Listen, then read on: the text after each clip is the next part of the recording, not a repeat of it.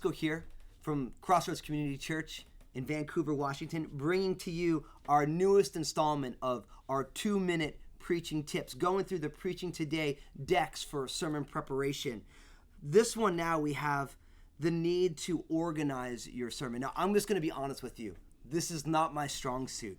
And it's not my strong suit because in the way that I'm wired, I don't think as linearly as some people. And really the best piece of advice I have for you, once you have your big idea and you're going to organize a sermon, is that it needs to be appropriate for who you are and who you're speaking to. Really, there's not one right way to organize a sermon.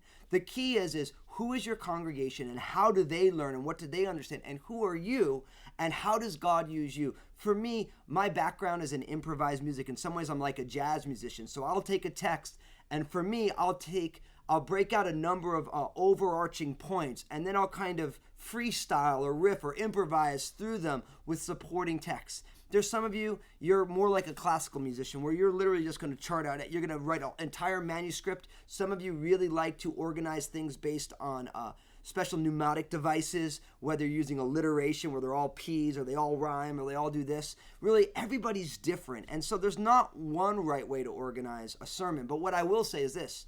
Whoever you are as a preacher, you have to be able to understand the organization of your own sermon. Because if you don't understand what you're trying to get at, how you're trying to express this, the people who are listening to you will definitely not be able to follow you. If you don't know where you're getting to and how you're getting there, they're not going to know where you're going. So you have to be well organized in order to be able to lead people into the message that God is bringing to your congregation. I would tell you, you need to find the way that works best for you with the way God has wired you, the way God has gifted you, and the way God wants to speak His word through you to your congregation.